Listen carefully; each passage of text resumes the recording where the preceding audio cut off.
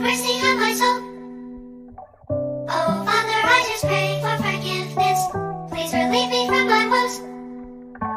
Oh, please help me, you're my only witness. Have mercy on my soul. Oh, Father, I just pray for forgiveness. Please relieve me from my woes. Oh, please help me, you're my only witness. Keep dreaming on. It's not what it seems. Keep dreaming on. Don't just believe.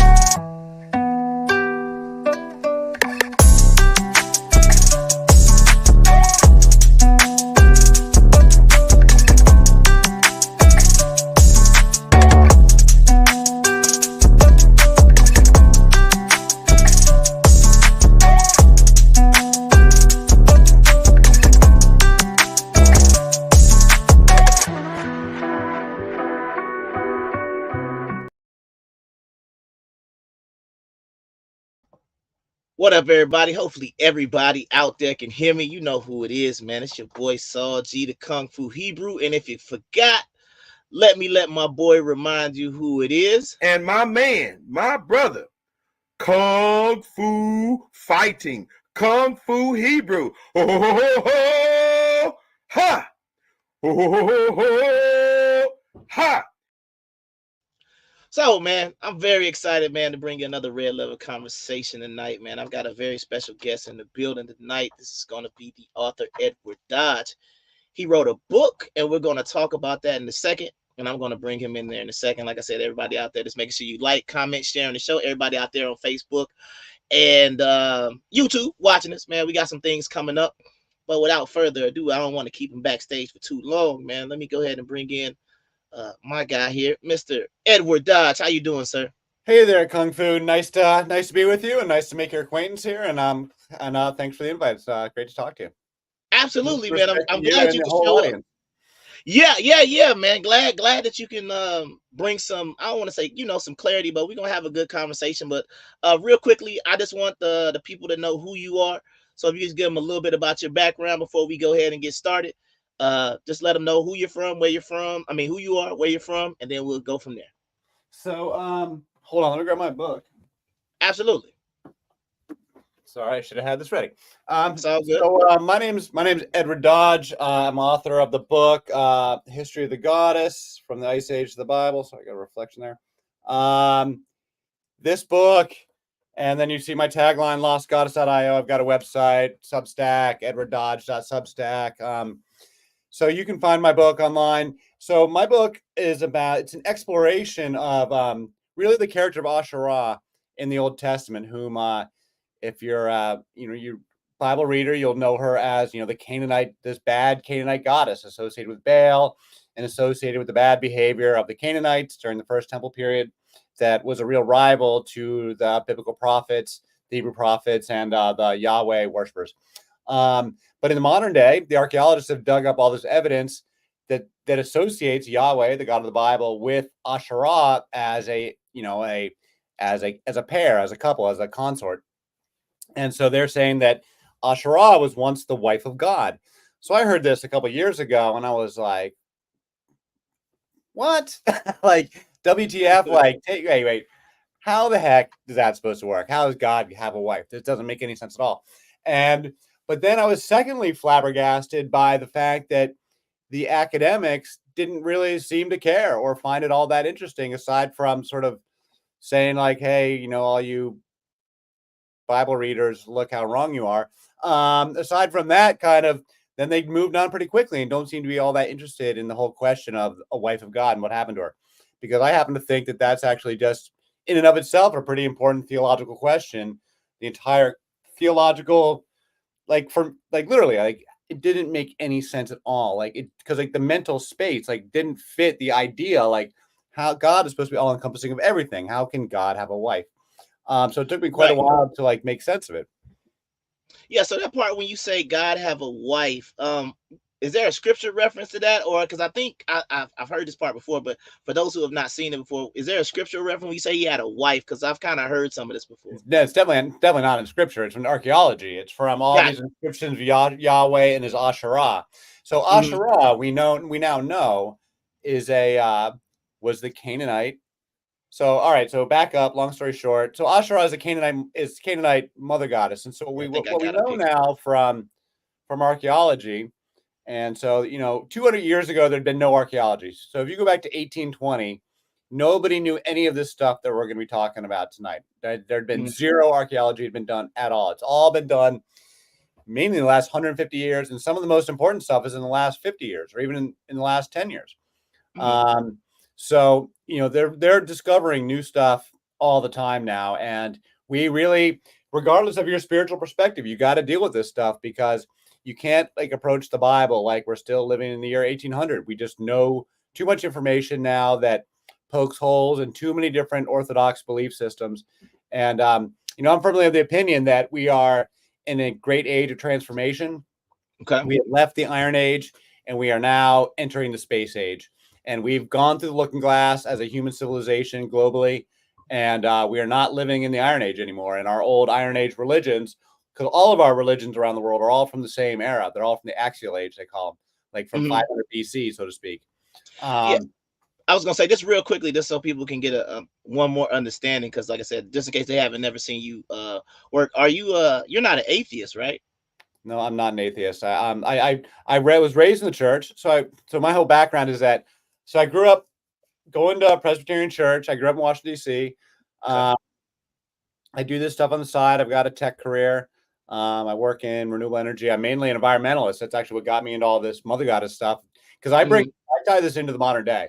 For me, this Mhm. is not just about the ancient world. It's about how can we apply these lessons to these very chaotic times that we're living in now. And I believe all this religion of the mother that I believe that they were getting rid of Mhm. actually has a lot to teach us now. We need it from an ecological, environmental perspective. Um, Okay. Yeah. No, I just wanted this to go that, and then All right. So I was saying grew up in the church. My family was not all that Mhm. religious though, and so we're of that sort of ilk that mainstream, mainline Protestant churches, this of the type of folks that are leaving. Like we were not evangelicals, we were not hardcore. And my whole cohort, like nobody goes to church anymore. In my whole Right. no, none of my family does, none of my siblings, none of my children. Like I didn't raise my kids in the church, even though I still go sometimes. Mhm. Um, but I go to Quaker meetings from time to time, and I'm Quaker. definitely still spiritual.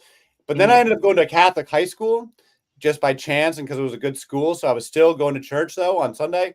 So I was getting church like 6 days a week, Catholic and Protestant. And the Mhm. Catholics really blew me away because the Catholics in the Protestant church, we were raised to like, read the Bible, read the stories for yourself and figure it out. And like, we're not hung up on taking these things literally. No one's worried that Jesus actually walked on water or was born of a virgin. No one cares about that. We're looking at it for moral lessons. It's about morality Right. and in faith and spirituality, but like not like this stuff literally happened. That in my church, I was taught not to read the Bible that way as a kid. Yeah. Um, Yeah. yeah, No. go No. on. I was gonna let you. Yeah. So, my first question would be to you tonight. Would be let's kind of go through this concept of paganism and idolatry, because one thing that I brought up, or one thing that I've kind of pointed out, is when, like you said, depending on who taught you the Bible or how you're taught to read the Bible, there are these things happening all throughout the Bible. But I think a lot of times it's only used from that condemnation standpoint from the pulpit, right? Like, oh, see right there, see, they were worshiping other gods and they had God, and it's used from a condemnation standpoint. But I don't normally remember hearing people reflect on, well, what's the source of these other gods, or where did these things kind of originate, because they would have had to be worshiping somebody. It's not like Well, they just I pulled had another these very deity out the questions as a sky. kid. I Yeah. remember as a kid being like, "What were those Canaanites doing anyway?" Like, it seems so bizarre. Like they don't because they never really explain it, in any Hmm. detail. Um, Human sacrifice and sex stuff, but actually I think is pretty much what it was. But but there's more to it than that. But I do remember being really wondering about it as a kid. I was like just being so curious. Um, but yeah, so basically, I think that the Israelites they I do believe they were historical Israelites. I Okay. believe there was a first temple, second temple.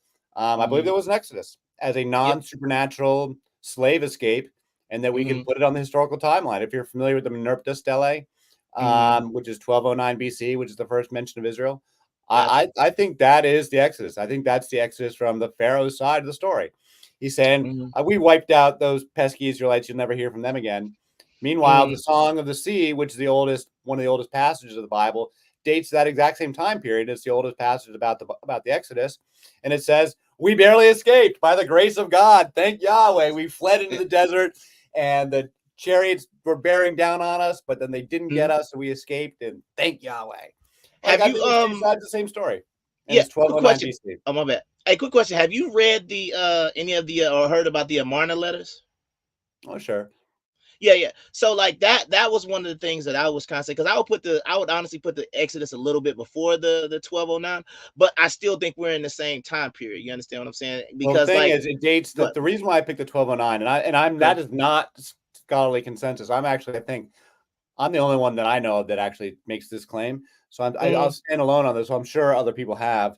I couldn't possibly be the only person who's made this claim. right. But the reason why I do it is because it gives us a proper dating for the wandering in the desert, and an explanation Sure. for why. Because the Menurta Stele goes on, and it says that we got rid of Israel, and then it went down to Canaan and wiped out 3 cities, and demonstrates that Egypt was still firmly in control of Canaan. So Right. there's no entry into Canaan at that point, 1209. Mhm.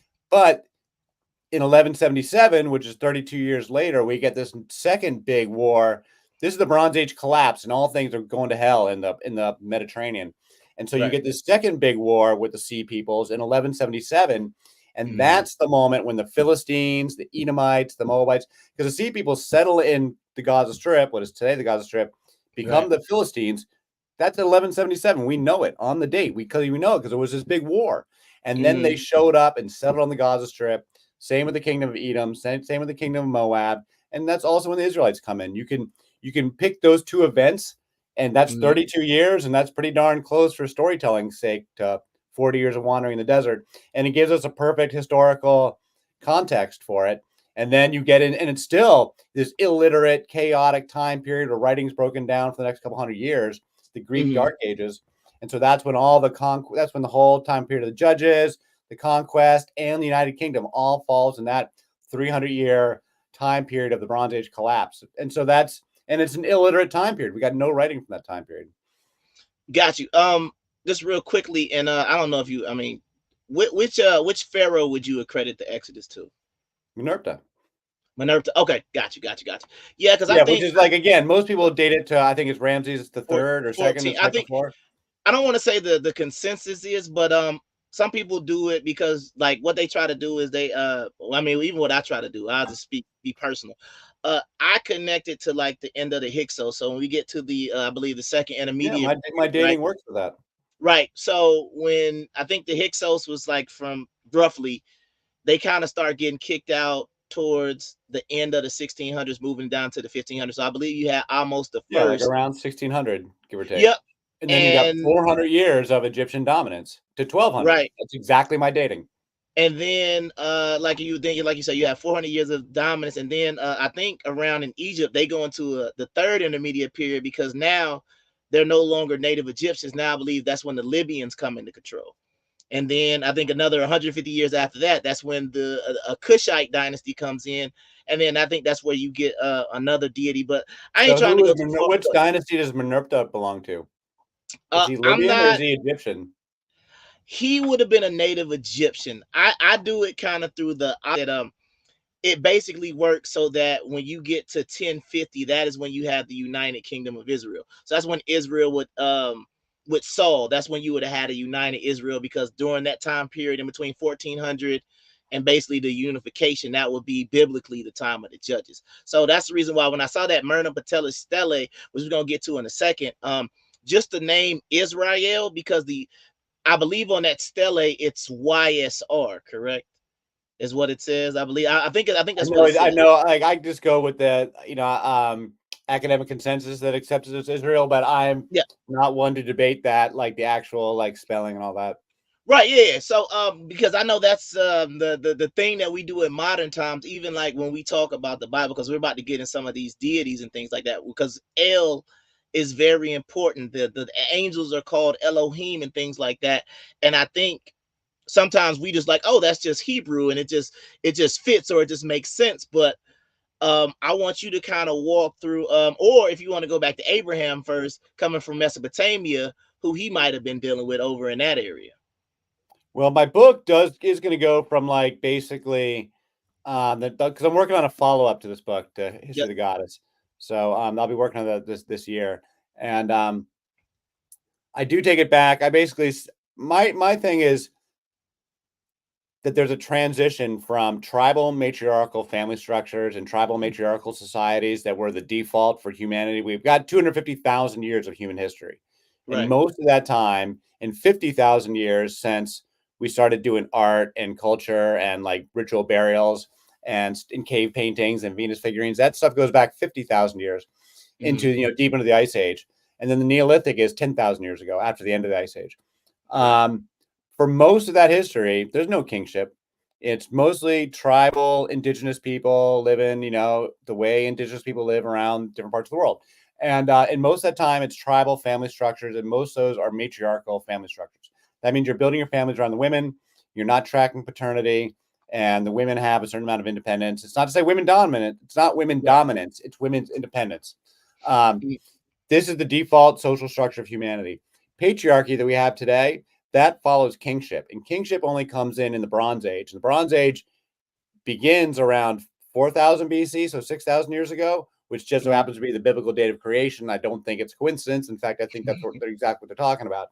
Right. That's when the Bronze Age gives us the introduction of weapons, and it gives and also people start riding horses. And this becomes the moment in history that tips the delicate balance of power decisively into the hands of ruthless men who can come along with weapons and start murdering people and taking their stuff.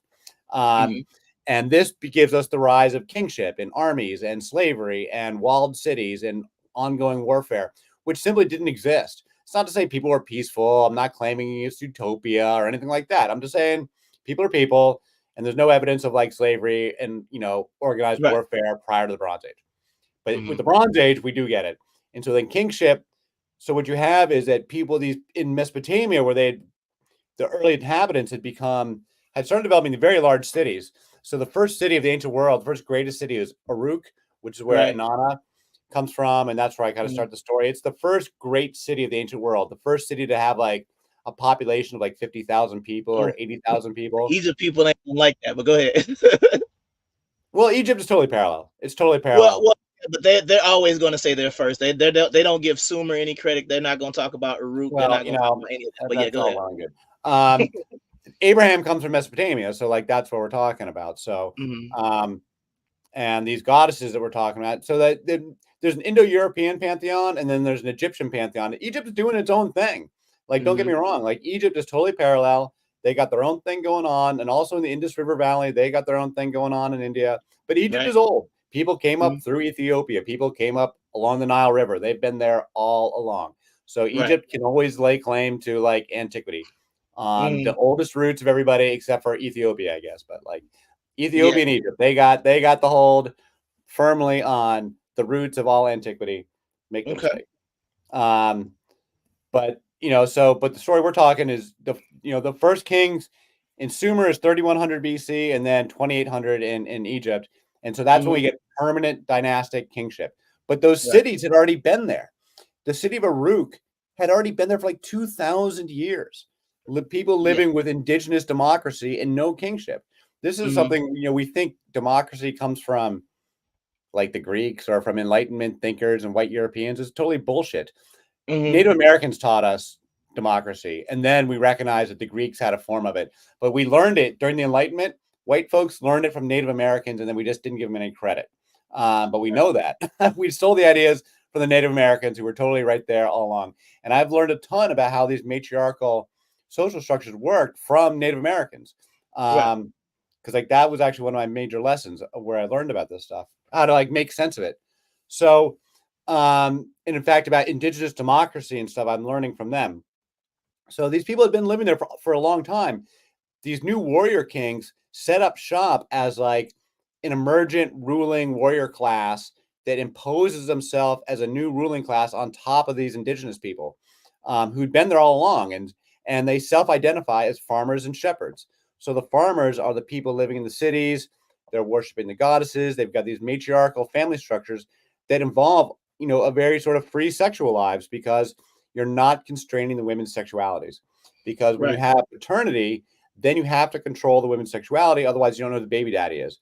But if your structure, if your society doesn't track paternity, then all the women can have their own independent sex lives, which is in fact exactly how it works with indigenous people all over the world. And so during the colonial era, when Christian missionaries and European traders were encountering indigenous peoples in North America and the natives, or in the South Pacific, so we're talking 1700s, 1600s, they were scandalized by all the sex lives of indigenous peoples and how the women had all this independent sexuality, and how the tribal chiefs would invite these guests to like sleep with their daughters, and and all these white men couldn't make sense of it. They couldn't make heads or tails of it, even though they're happy to like accept the invitation. They would still be totally scandalized. And did you know what I did last night? The chief gave me Right. a dollar. Because I think I was gonna say this real quick, because I think that's something very important about your book, and then I kind of want to talk about that, because I feel like when you get to those early civilizations, and that kind of, in my opinion, made Israel very different. You normally have that concept of father, mother, and child, but that doesn't really exist in Israel. And I thought that was kind of interesting, because like if you look at a lot of cultures, they will have that, like, I mean, like the Trinity, but it's not like how they try to do it like in the New Testament. But there is always a, at least like you said, there is always, like somebody says, there's a divine masculine and a divine feminine. But in Israel, it's only a masculine deity with no Well, right, exactly. That's exactly yeah, the heart of the whole story. It's how do we get from Earth Mother Sky Father to just Sky Father all by himself? absolutely. Because that's basically my argument, is that Earth Mother Sky Father as a concept, I'm not arguing it's universal, but I'm arguing that it's extremely old, like Hmm. 50,000 years old. And we've been talking about Earth Mother Sky Father all along. And it's not to say you have to make it that way, or that all people did it that way. I'm just saying a lot of people did it that way, and that it's really old. And certainly the Indo-European way. The Egyptians are a little bit different. They have Hmm. Earth Father or Sky Mother. So like you don't have to do it that way, right? Hmm. But I do believe that a divine mother and father has always been with us. And even if you don't call it Earth and Sky, if you just did the fact that it was a divine mother and father, what makes Israel very different, what makes monotheism different, is that it is just the father. So the question is, Absolutely. how do you get from a cultural norm of where there's a father and mother to just a society where it's just the father? Well, you have to go through this process of a divorce. And that's what I'm saying is going on in the Old Testament. There's a narrative that has been rediscovered of the divorce of the mother goddess, that Asherah, and there's three goddesses in the Old Testament. It's Asherah, two that are named, Asherah and Astarte, but then Anat is the third one that belongs there, but she's not named because they're getting rid of her. And Is and Ishtar in there or no? Is that the same person or no? Ishtar is the same as Astarte. Got you. Okay. So Inanna, Ishtar, Astarte, Aphrodite, Venus, that's one long lineage of the same goddesses. That corresponds also to like Bastet for the Egyptians, or Freya for the Norse. The goddess of love and war, she's mainly associated with Venus. And she was the most popular goddess of the Bronze Age. Mhm. But it's a triple goddess. That's the motif. There's always these three goddesses: mother, maiden, and death. So Asherah is the mother goddess.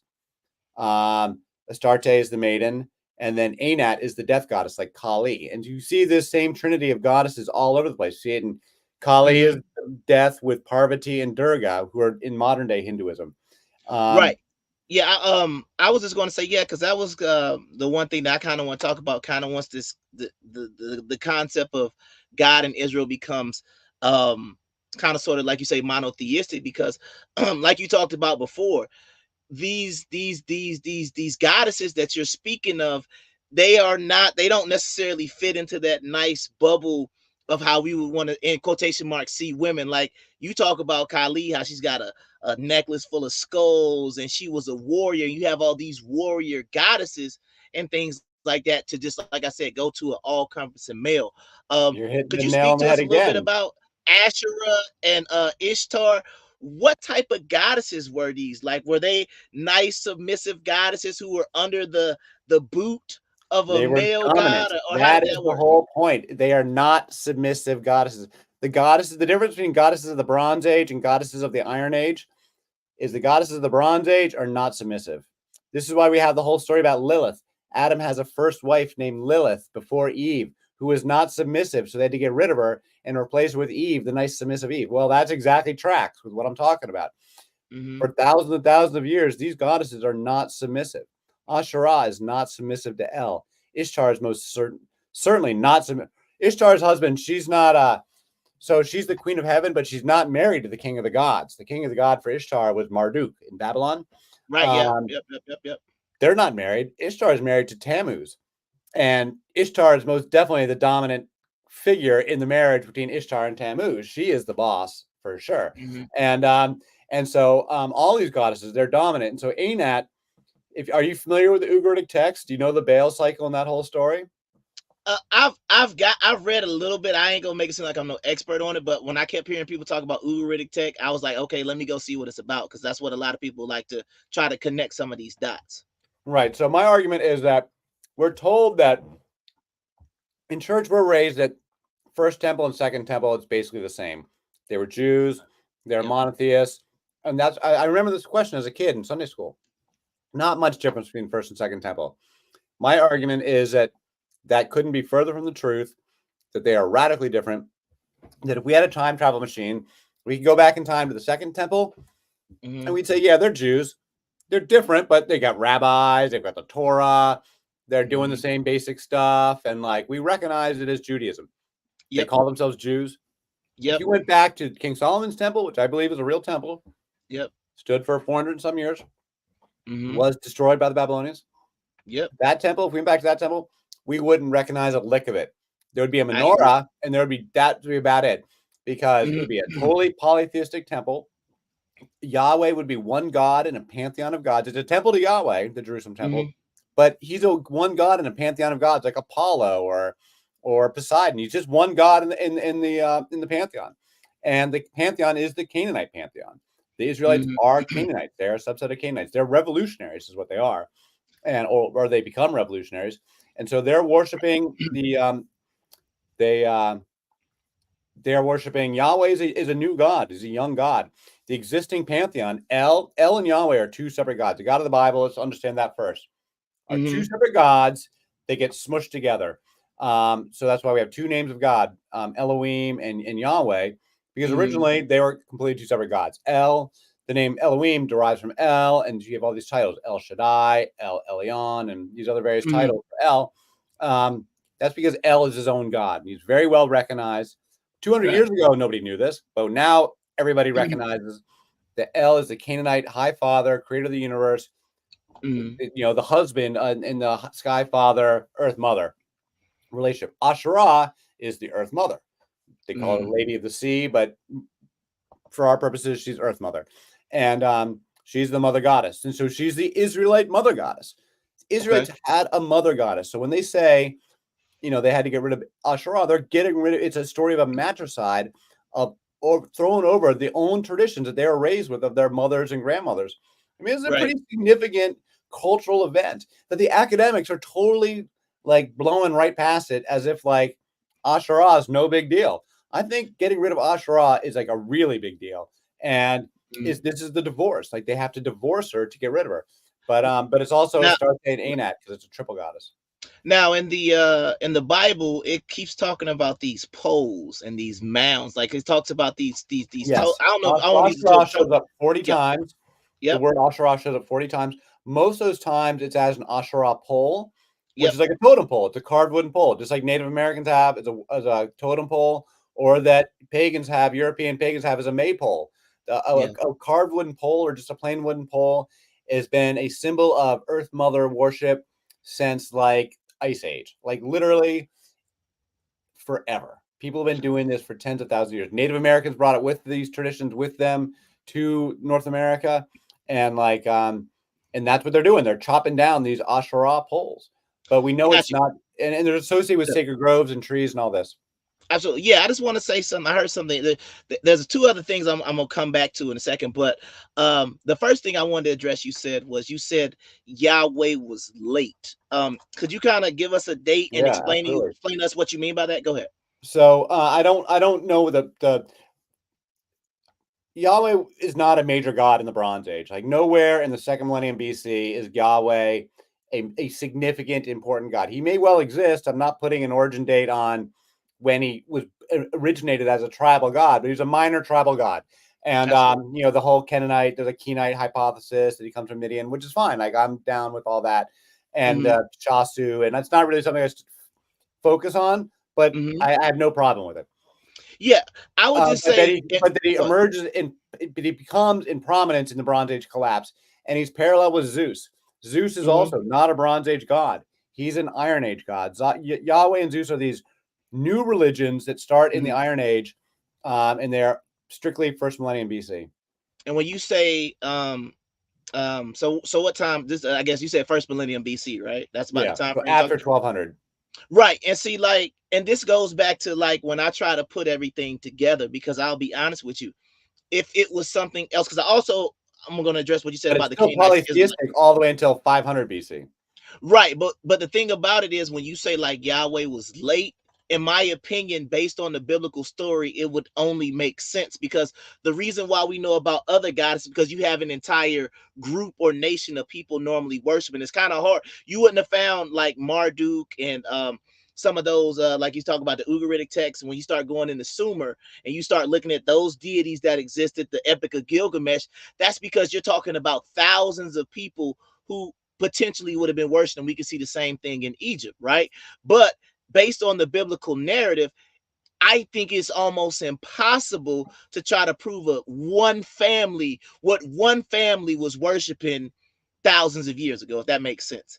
You see what I'm saying? So until Israel became a nation or a united kingdom, it only makes sense that Yahweh would have been late, because if he was early, then I'm gonna be questioning the evidence. How did you find out one one guy that came from Mesopotamia into the land of Canaan, and you found out that they was worshiping this one deity that was only there in the midst of all of these other different tribes in Canaan? So we see El, we see Baal, we see all these people who are being worshipped in masses, and then we can go into Egypt and see like sometimes the cities would worship, Osiris, different deities in Egypt, because an entire city would worship them. But if I was going to say, what did one family in the middle of Egypt worship, then I think that would also, like, it wouldn't make Yeah. sense if you think about it historically. The second thing I wanted to talk about was when you talked about the Israelites being Canaanites. And once again, I would say the same point again. If you could figure out how the family of Abraham, Isaac, and Jacob could separate themselves with genealogy, with archaeology, with whatever type of evidence we could have, I think that would be extremely difficult to try to prove from a historical standpoint, because look at the story. We came out of a major civilization, Abraham coming out of Uruk, Sumer, right? Going into the land of Canaan, which is right next to Egypt. Then the story says we go into Egypt, another major civilization for however many years they want to say. Some people say two something, some people say 400. Whatever you want to say, we went into another major civilization. So finding out in this case in Egypt what a group of foreigners were worshiping, unless they left back writings or temples or something to prove it, I think it almost becomes impossible to try to prove what because in Genesis it says 70 people went into Egypt. So how in the world could you prove a family of 70 with archaeology that distinguishes it from Canaanite? So that is also my premise as well. Archaeology wise, it should look like the Israelites were Canaanites. If it doesn't, that would be problematic to me, because I would say, oh, they're making it up. Like I believe that somebody said that Well, Moabites know there's one famous. thing Go ahead. they do point out, although they make less of a big deal about it now, is that there would be some settlements where they're clearly eating pork and clearly Right, not eating pork, right. and that distinguishes certain people groups in that region. But nowadays they have an explanation that makes it less, because originally they were like, "Oh yeah, this is definitely Israelite and definitely not Israelite," but nowadays they're not as certain about it. Yeah, I would say to the settlements, but you also know like the difference between the northern and the southern kingdom. When you're looking at those different things, then like you say, you see almost 100% idol worship in Israel versus the kingdom of Judah. You Well, understand that's what I'm exactly what saying? the story tells us. Yeah, that's what the story tells us. So like when I start hearing about the pork settlements, to me, that isn't like that evidence that I would be like, okay, now this proves it. I like for the I don't like, everybody wants to try to, whatever you believe in, you want to try to be able to back it up. But what I say is I want what's coming out to make sense, because if you're going to take a settlement and say, oh, well, they weren't eating pork, then now I'm going to ask you, okay, how old are those bones? What period are we talking about? Because if Yeah, it's I on don't. like, It's not a right, piece of evidence I'm talking about in my book.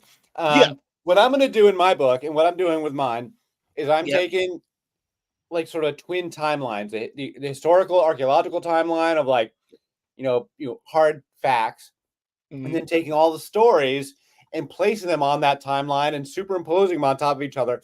And the stories, right, you got to keep in mind, when did the story take place, but also when was the story written. So you got like yes, that, you got to look at that in both terms, and then just superimpose it and see what do we end up with. mhm, And I think, I feel like the academic scholars who are overwhelmingly atheist, at least in this generation, it didn't used to be true, but the current absolutely, generation is overwhelmingly postmodernist and atheist. And it has become like a thing to like want to dismantle all these narratives, any of them, right, the goddess narratives that I'm interested, because I didn't invent these goddess narratives. These things have been developing for a century now, that like I'm building on other people's work with the stuff I've written, definitely not mhm, inventing all this stuff. And but ever since the 90s, they've really been poo-pooing it. And they are really hard about like I just feel like they've got an axe to grind and want to dismantle every story. So, like mhm, the Exodus, for instance, there can't be any truth to the Exodus. It has to be all false, because, like, right, because it's a competition for authority. It's a cultural competition for authority. Because, like, if you give any credence to the Bible, then you're giving some authority back to the priests, and the scientists are like, no, we want all the authority for the academy. So, like, whether they do it consciously or not, they have like having a real axe to grind and really want to deconstruct. They literally talk about deconstructing and text criticism, and they want to deconstruct any narrative and every narrative and make all these things be completely untrue, which I think is actually quite unfair, because I think the Book of Kings in particular, mhm, because literacy returned. One thing that happens in the Bronze Age collapse is that they stopped using cuneiform. They've been using cuneiform for like 2,000 years, and then right, there's 300 years of complete illiteracy, and then around 900 BC, the Phoenicians have developed the phonetic alphabet, what we call the phonetic alphabets we use today, and mhm, both the Greeks and the Hebrews copy them, and we get the written Hebrew language and the written Greek language are both emerge as new inventions, both copying mhm, the Phoenicians and both emerging around 900 BC.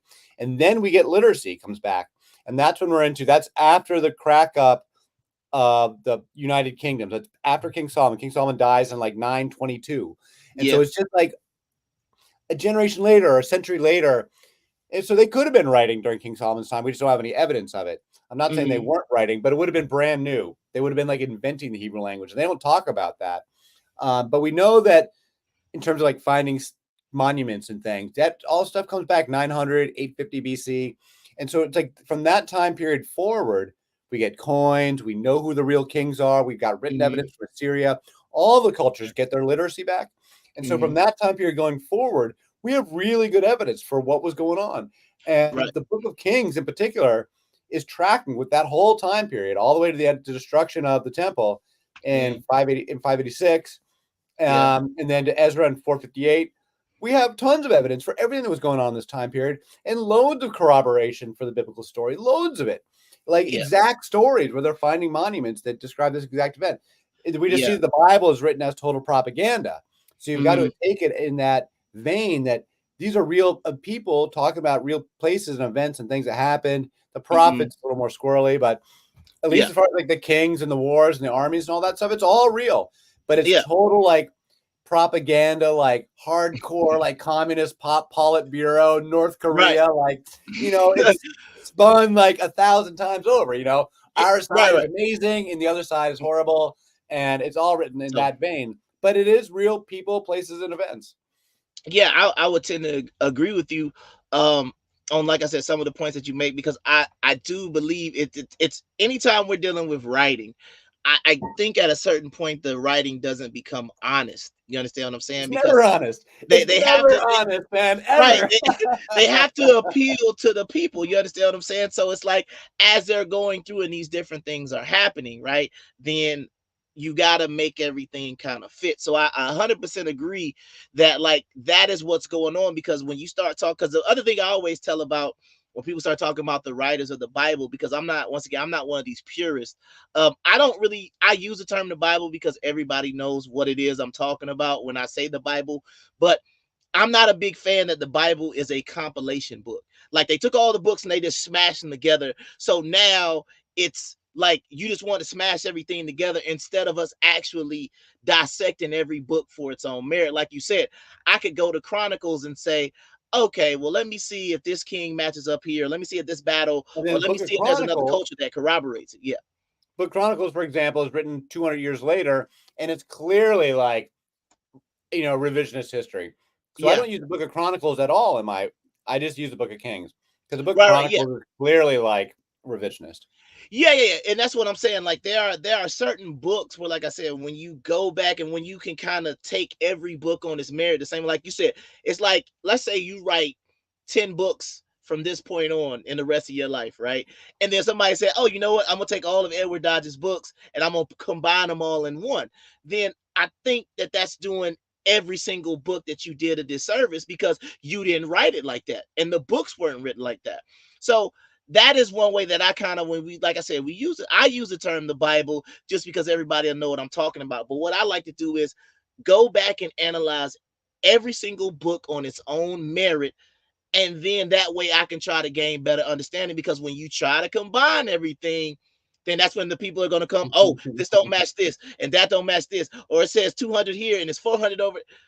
I get tired of kind of playing those games at times, because, Right. like I said, once again, I didn't ask for y'all to smash the book up. The people who wrote it, it probably was never intended for it to be smashed up like that. Even Josephus didn't call it the Bible, and that was at the turn of the century. So we know that they kind of changed some things up. But I would also like to talk about, like, I know you want to focus on the first temple, but I'm not going to go deep. I just want to say, like, I like everything that you're saying, because in my opinion it fits, because you can go and see that there were some changes happening in Israel during the second temple period versus the first temple period. And that's the part that I like to focus on, because I say, like, once they went into the Assyrian and the Babylonian captivity, once we get to like the 500s, it definitely seems like some, like, some, there have been some changes, and now Yeah, we that's started the to blend some other cultures. Like, to me, that's kind of like when Zoroastrianism is going to kind of come in and start to influence some things, because we don't see the type of terminology, like I always say, like, before you get to the second temple period, right? Like, this is one of my things, like, where is Satan, where is the devil?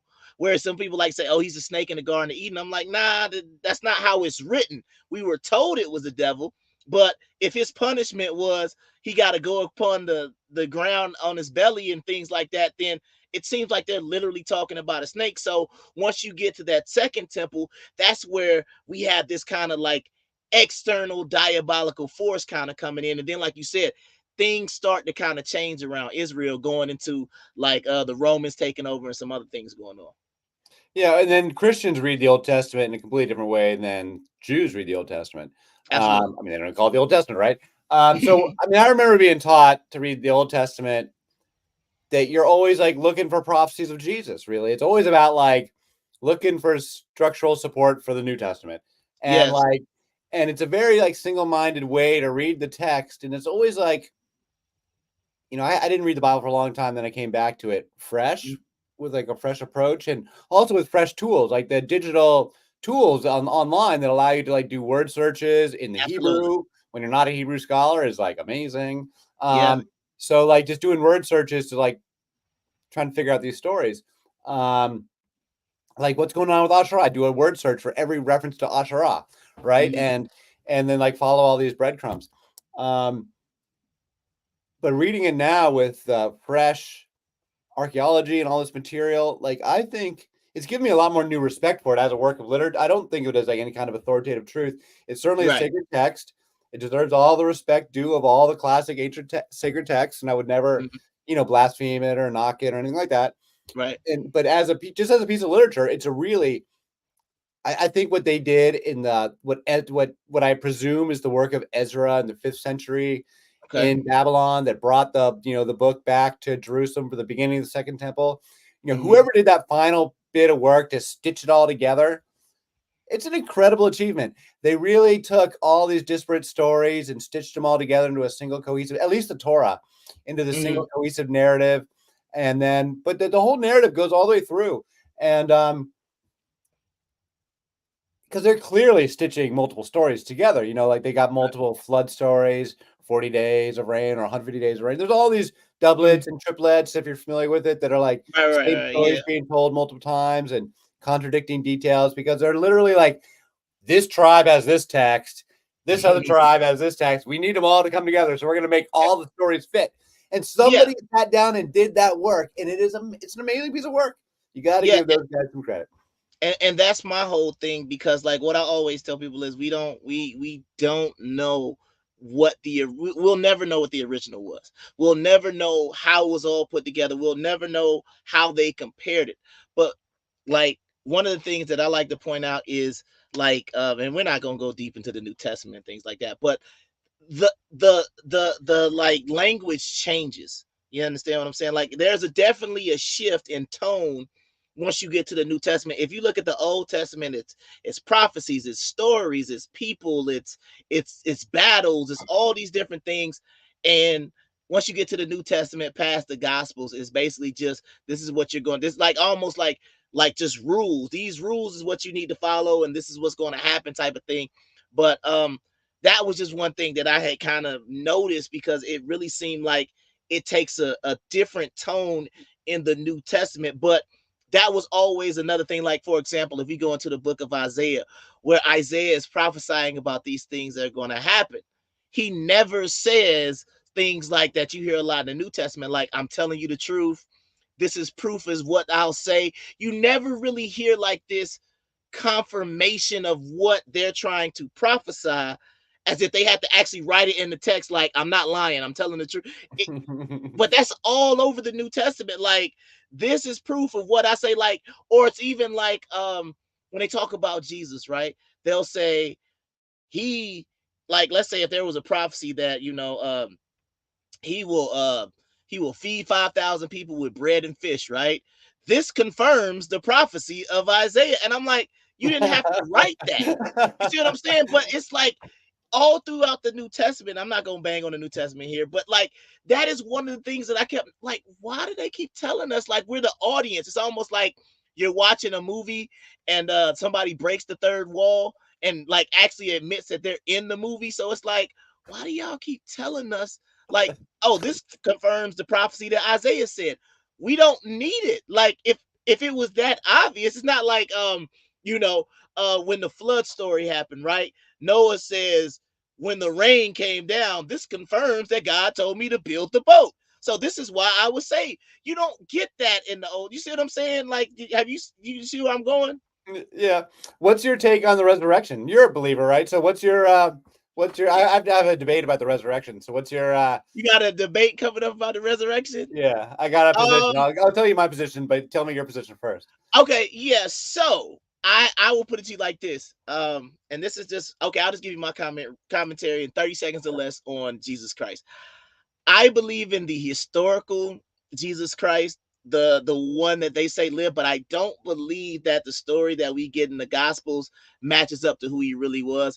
I kind of flow with the he was a revolutionary. He might have been trying to lead like a revolt, because if you look at his comes right in between the Maccabean revolt 100 years later, and then the war that they Right. actually had with the Romans about 30 years later. So I feel like maybe he could have been the inspiration for that.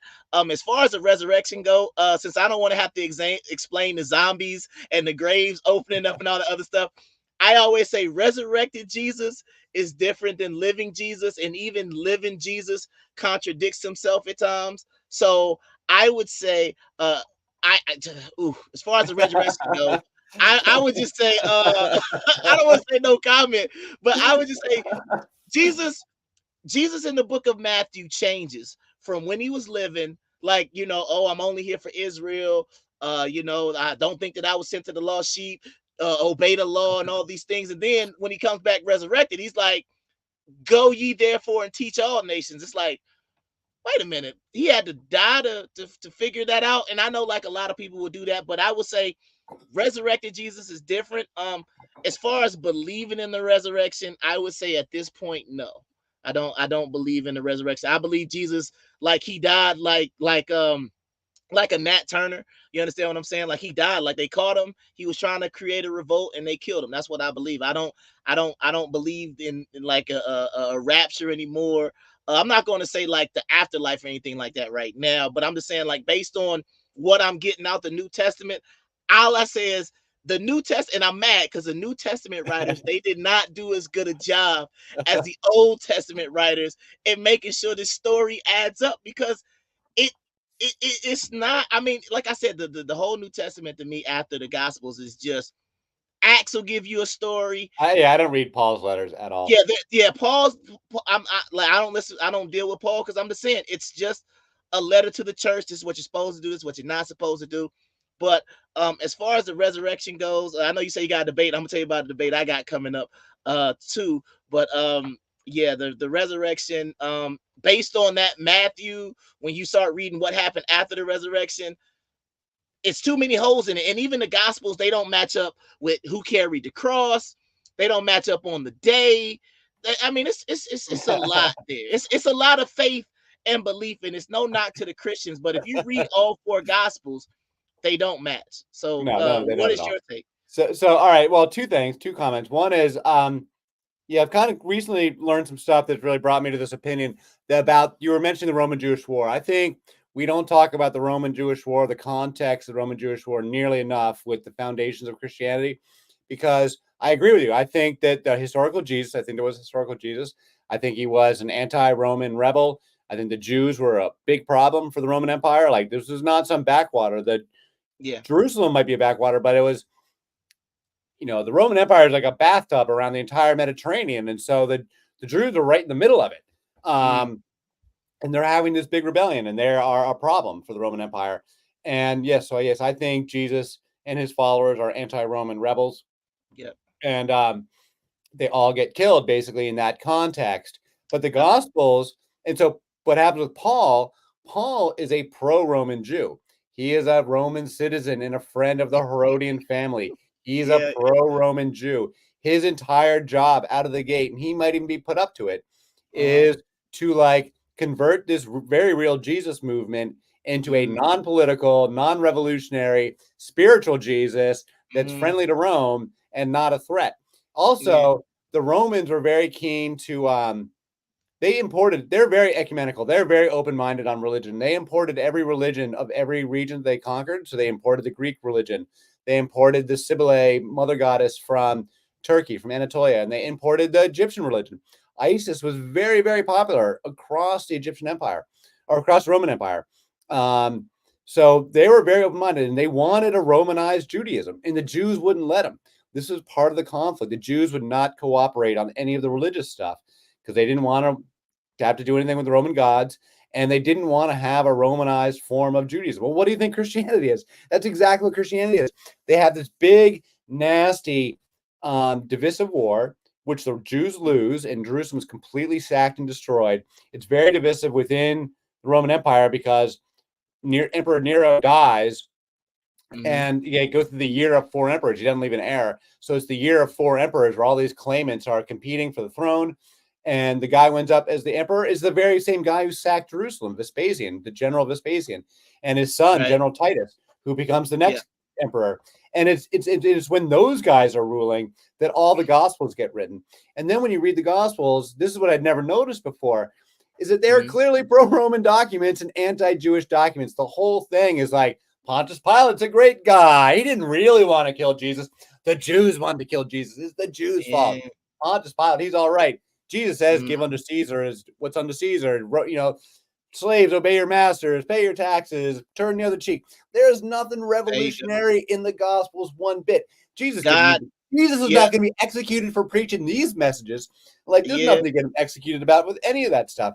It's Yeah. clearly a political, pro-Roman, anti-Jewish Absolutely. fabrication. Not a fabrication, but like they did it intentionally to create a Romanized Judaism that gives an outlet for all these rebels to kind of become friendly, because you have to imagine there was a split in the Jewish community. Not all the Absolutely. Jews were rebellious. Some of them were perfectly happy to get along with Rome. So Yeah. you have to imagine there was a split.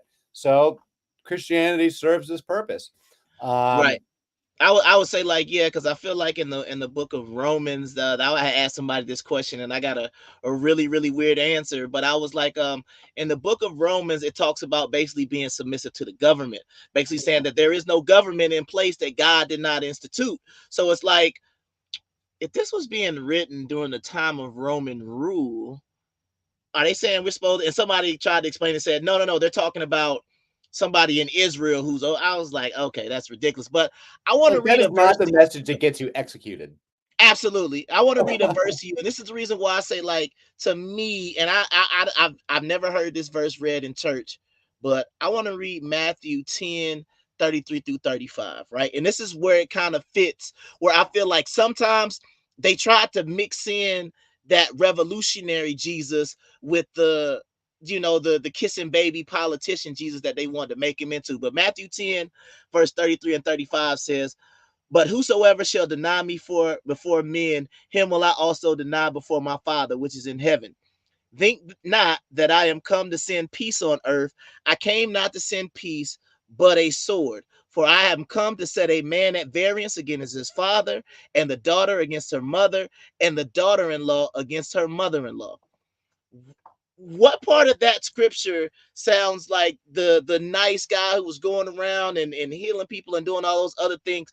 Because the other thing about it is, somebody said, well, you believing in a historical Jesus doesn't mean that I believe that he walked on water and those other things. However, there is some extra biblical evidence that would kind of almost put him on par with somebody like maybe like you heard of Simon Magus, right? Yeah. And he's been called a sorcerer by other peoples. Now, whether or not that was just a term that they use, so I'm not going to necessarily say that he wasn't Well, necessarily I doing think Jesus anything could have been full miraculous. of tricks, man. I think the Yeah, guy could have been full of tricks for sure. right. And I just think that like but I think like when you the way that you're going with it, when you start talking that way, the pro-Roman air that we get from Paul versus the follow the law Jesus, and then it goes to change, because a lot of people say, oh well, Paul wasn't against that. And I say, well, if he was teaching against it, it would also depend on what he was trying to say for the children. Because I get it. Some people say he wasn't against the law, like for example, against circumcision, right? And they'll say, oh, well, he was just saying if you're after the age of 8 days, then it's no point of you getting circumcised because you couldn't be within the law anyway. So then my simple answer out is, well, what about polygamy? Because he definitely changed that. I've never heard anybody argue polygamy, right? They'll talk about the circumcision, they'll talk about the eating the meat given to idols, right? But there's no way you can get out of one man to one wife, one bishop to one wife, one deacon to one wife. You can't get out of polygamy and say he wasn't teaching against it. Now, the Levitical law doesn't say you have to have two wives, but we also know that polygamy was a very common practice, and there are laws within the Levitical law that talk about polygamy, basically saying you can't diminish one of the raiments. If you decide to take another wife, the eldest son is going to be the one entitled to the double portion. So once again, the polygamy argument to me shuts Paul all the way down versus the circumcision, because they can't get around the polygamy. They can try to say, oh, well, he was talking about the older people. You can't know what he meant in context because we don't know that. But if he was trying to outlaw something that was never outlawed to begin with, then to me that goes ahead and kind of puts that nail in Paul, in my opinion. So who are you debating real quick? Because I want to kind of I don't like to do the extremely long show, but I want to know who you debating. Then I'm gonna tell you about a Your debate fellow I might have. Jonathan Sheffield. I'll do it on Jacob Berman's channel. I think we're gonna do it in a couple of weeks. Okay, and he He's an is his apologist. position is. He's a Christian apologist. And I so don't understand the Christian apologist movement at all. I'm trying to figure out what they believe in, but I don't know what a Christian apologist is. I've tried to figure it out by watching people like Vocab Malone, but I don't understand what a Christian apologist is. I mean, he's defending an Orthodox position, I guess. I don't know. Oh, Yeah, I okay. mean, he So defends like a traditional, like Yeah, so I Christian would just, position. we could talk offline, so we don't have to give him all the gems just in case you want to get here, because I can show No, I'll you. tell you what. So I'll tell you my position because I've talked about it before. Sure. So I'm a defender of the swoon theory, at least as a theory. Like I'm just saying, Okay. I don't know what historically happened, but Got you.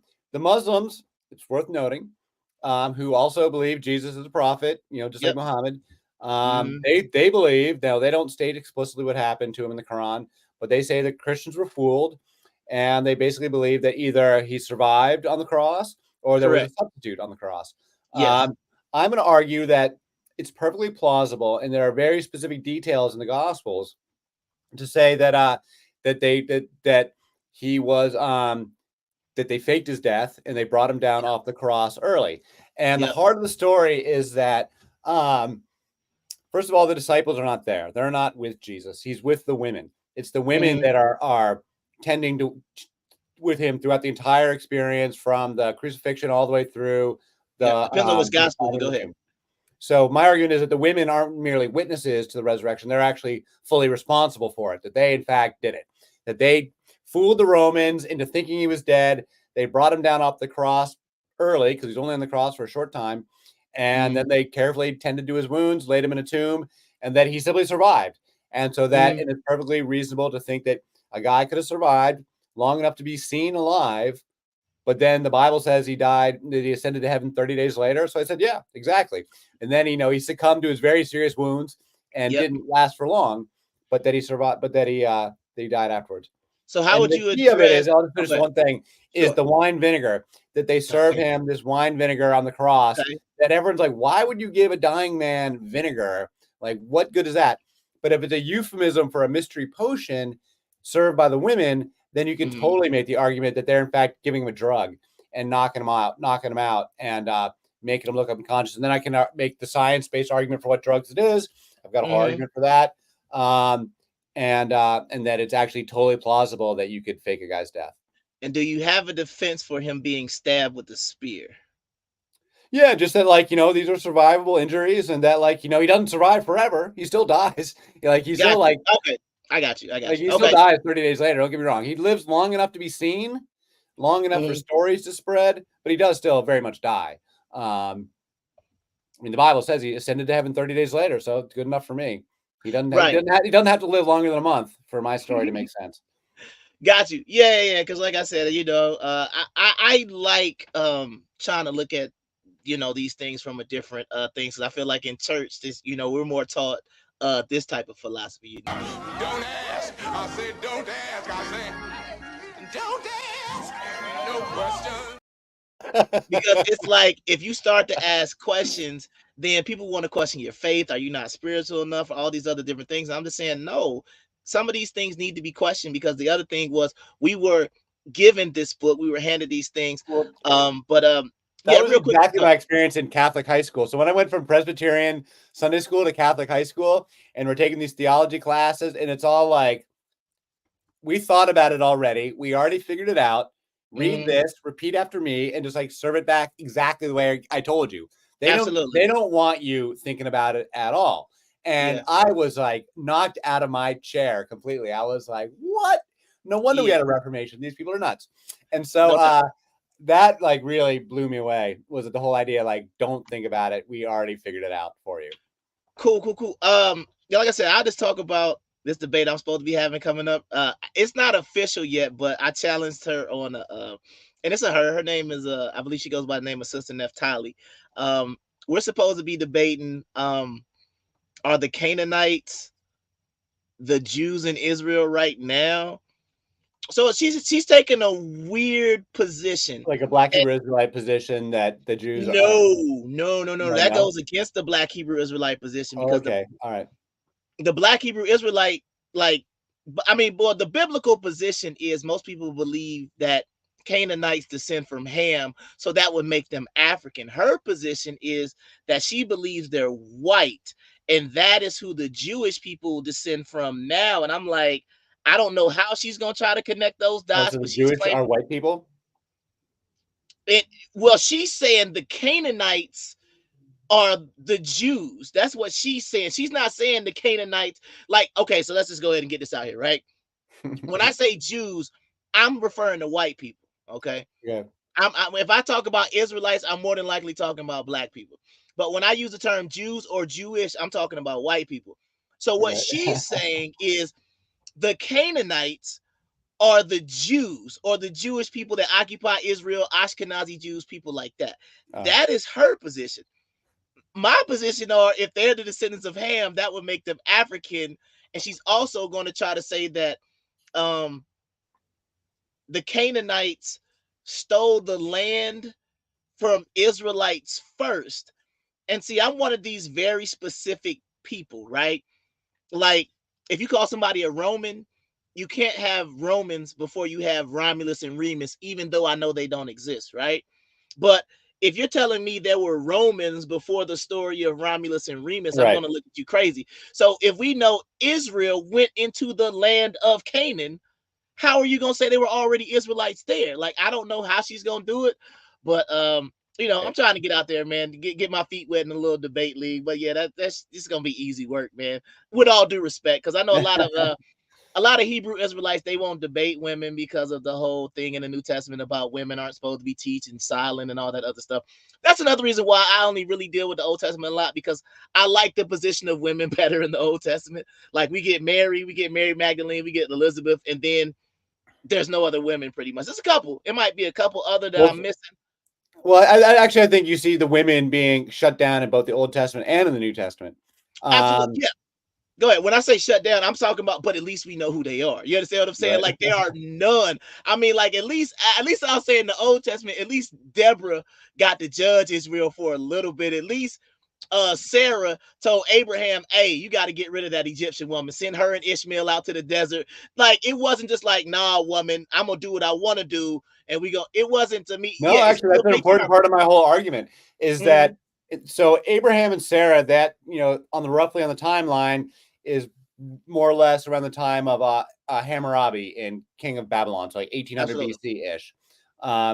And so that's thick in the middle of the Bronze Age, second millennium, early second millennium. This is a time period when matriarchal family structures are still widely open all over the ancient Near East. And so I'm arguing that Abraham and Sarah have a matriarchal family. Right. Just as Muhammad is born into a pagan culture before he invents Islam, Abraham is born into a matriarchal culture. That's why he's married to his sister, because they're not tracking paternity. That makes it a perfectly easy explanation for why you're married to your sister. They can still know, but they don't track it, so it's not against the law. Obviously, that changed later on. But all the stuff about Abraham, Sarah, that baby is born to Sarah. That's Sarah's child, not Abraham's child. And then as you point out, when she sends out Hagar, that's her prerogative, not Abraham's prerogative to send her out. And then when they die, they're not living together. Abraham has to travel to go to her funeral. That's because they have a bina marriage, which is like these matriarchal marriages they call them visiting marriages. The women stay put in their household and the men come and go. And then there's other details. Also, the story of Jacob and Leah and Rachel is also another matriarchal family. The women are telling Jacob goes and lives with their family. The women tell him who to sleep with. The children are all born to the women. The women name the babies. And the women are saying, sleep with my handmaiden tonight so I can have another child. There you go. That these babies belong to the women. But this is early second millennium. And so my whole argument is as you track the Mesopotamian and biblical mythology over this time period, there's this whole method I was talking about, putting it on the timeline. You're seeing the statuses of the goddesses revoked, but you're also seeing the social status of women revoked. And I was going down this thread already, but then I started reading feminist historians, and they've totally nailed this. Like they've totally this whole thing about patriarchy follows kingship. I learned it from them, and that women were the first slaves for at least 1,000 years. It was only women being enslaved. Before they started, before they could even figure out how to enslave men, men were too difficult to enslave, right? So go ahead, my bad.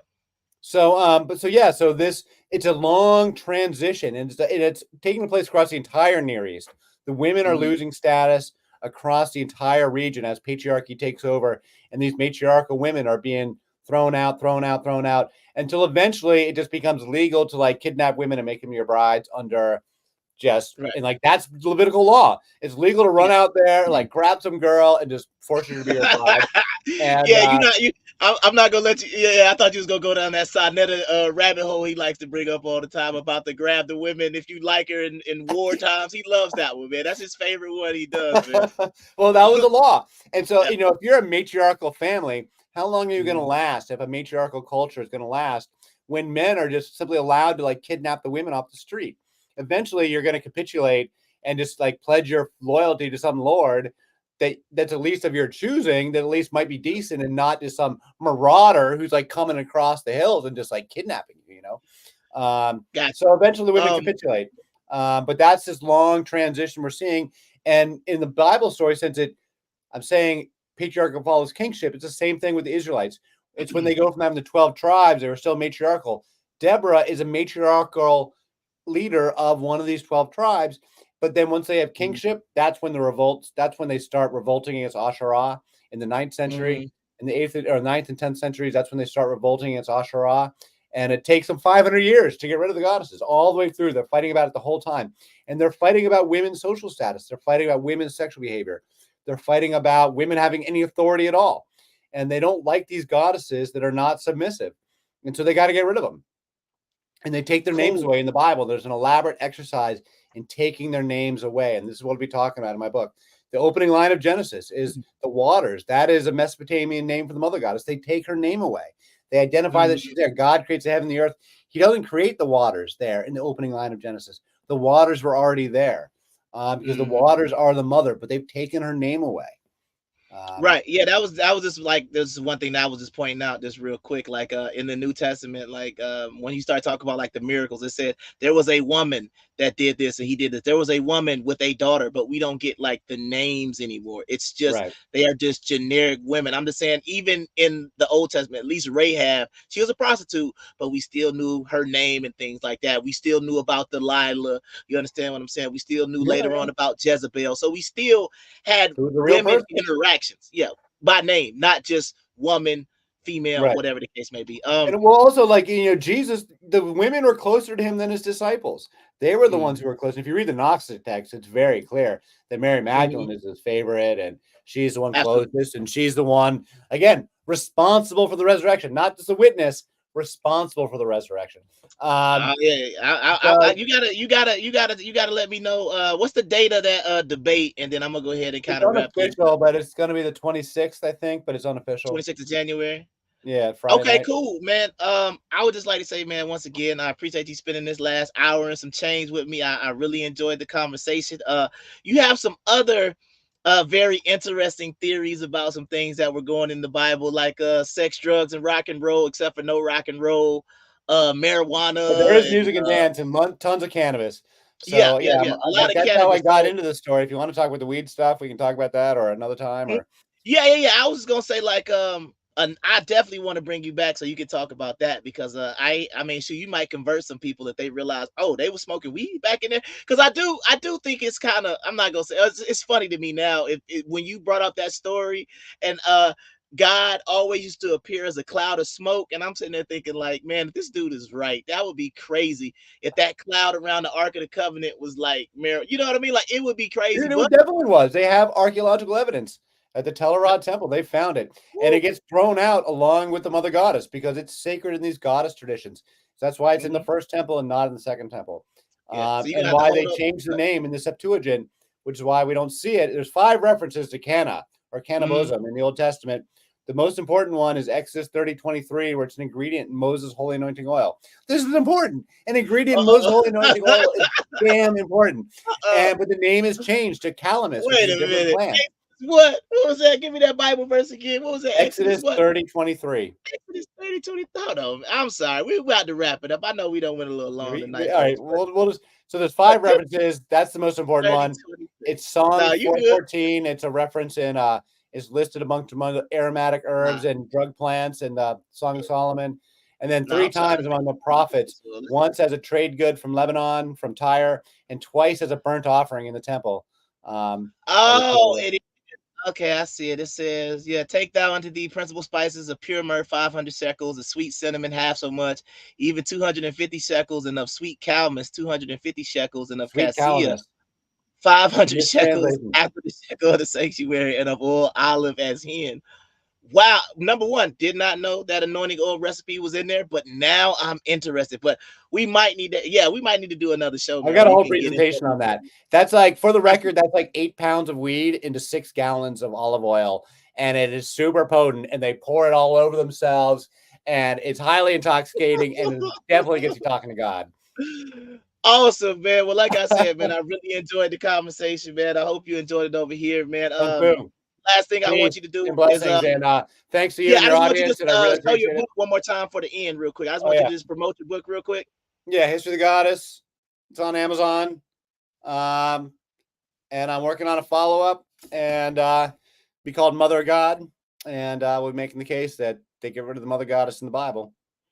Absolutely, man. So once again, this has been Edward Dodge, and if you forgot, I got to remind you one last time who I am. And my man, my brother, Kung Fu Fighting, Kung Fu Hebrew. Ho, ho, ho, ho, ho.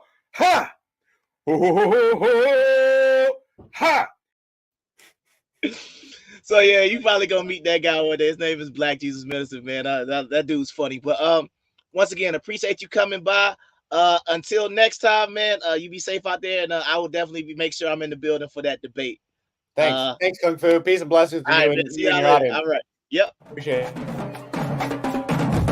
it.